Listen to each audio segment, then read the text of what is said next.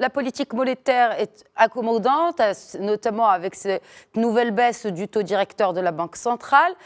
Pensez-vous que justement on ait recours à l'avenir ou un recours plutôt massif au budget?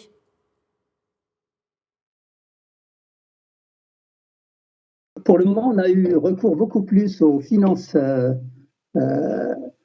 aux finances bancaires, à la finance intermédiaire pour couvrir les besoins des entreprises. On aura besoin du budget certainement pour soutenir des programmes sectoriels et il n'est pas certain que les dépenses qui sont actuellement prévues soient suffisantes. Donc, il faudra envisager un renforcement des investissements dans les différentes directions qui sont actuellement prises en charge par la loi de finances actuelle, mais il faudra qu'il y ait des renforcements dans des secteurs qui vont être, je dirais, générateurs d'emplois et qui vont permettre de distribuer plus de revenus à la population, alors que certains secteurs qui, normalement, portent l'économie vont être en ralentissement, comme le secteur du tourisme, comme les activités industrielles qui n'auront pas pu récupérer certains marchés perdus. Et donc, il y aura forcément une baisse des recettes fiscales et un besoin de dépenses publiques accrues, et donc forcément l'apparition d'un besoin de financement du Trésor. Alors, ce financement du Trésor va se faire à l'intérieur, sur le marché intérieur, et va se faire au niveau international, comme cela a déjà commencé à être fait. Donc, tout a été prévu, je dirais, dans ce sens. Alors comment, selon vous, justement, professeur Belrazi, on peut redémarrer cette machine économique en tenant compte de ces baisses de recettes, notamment fiscales, et la hausse exceptionnelle des dépenses?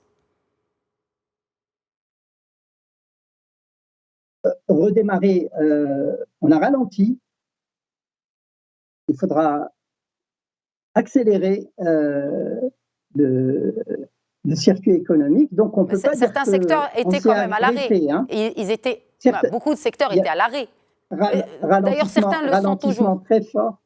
Oui. Ralentissement très fort. Bon, on peut imaginer qu'il pourrait approcher 9% du PIB. Hein. Pour le moment, les prévisions considèrent qu'on va perdre à peu près 6% du revenu par rapport à l'année 2019. Le revenu national, le produit intérieur brut, c'est-à-dire toutes les valeurs ajoutées qui sont générées par les différents secteurs économiques, on aurait une baisse de 6%. On pourrait s'attendre à plus. On ne connaît pas exactement pour le moment quel est l'impact des arrêts. On n'a pas une idée encore bien fixée sur le degré de ralentissement des différents secteurs. On a quelques indicateurs, mais ce n'est pas encore bien assis. Donc, toutes les prévisions qui sont faites, que ce soit 6% ou 7%, méritent encore d'être vérifiées. Comment on va reprendre? La question est claire, c'est que, il faut éviter d'avoir des faillites. 2, il faudra